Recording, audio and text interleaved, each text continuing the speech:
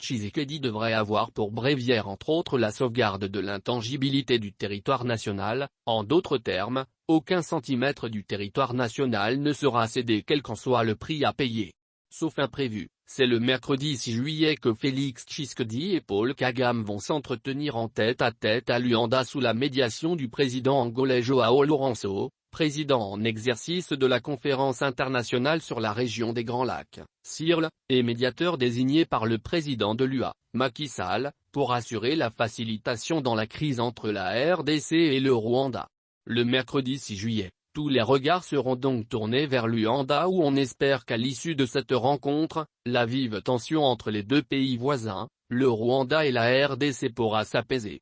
Mais déjà, on note du côté rwandais la volonté d'amplifier la pression sur Tshisekedi pour le conditionner à faire des concessions.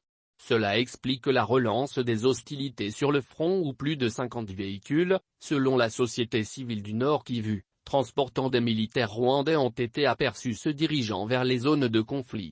La stratégie est connue, pendant que les politiques négocient, les militaires font parler la poudre. C'est celui qui engrange des victoires sur le terrain militaire qui impose sa loi, comme on l'a vu en Ukraine où Poutine poursuit ses conquêtes à l'Est pour se mettre en position de force lors d'éventuelles négociations. La loi de la contradiction dialectique, qui se fonde sur la thèse et l'antithèse, a toujours démontré qu'entre deux adversaires, celui qui cède perd en même temps. Il arrive qu'on obtienne sur la table des négociations ce qu'on n'a pas pu obtenir sur front militaire. Félix Tshisekedi n'a pas droit à l'erreur, lui qu'on accuse d'être victime aujourd'hui de ses mauvais choix dans ses relations avec l'Ouganda de Museveni et le Rwanda de Kagame. Ces deux voisins de la RDC même en conflit, parviennent à mutualiser leurs forces pour préserver leurs intérêts mesquins en RDC.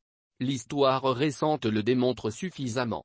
Dans ce genre de crise, seul le rapport de force compte. Ainsi, Tshisekedi devrait avoir pour bréviaire entre autres la sauvegarde de l'intangibilité du territoire national, en d'autres termes, aucun centimètre du territoire national ne sera cédé quel qu'en soit le prix à payer.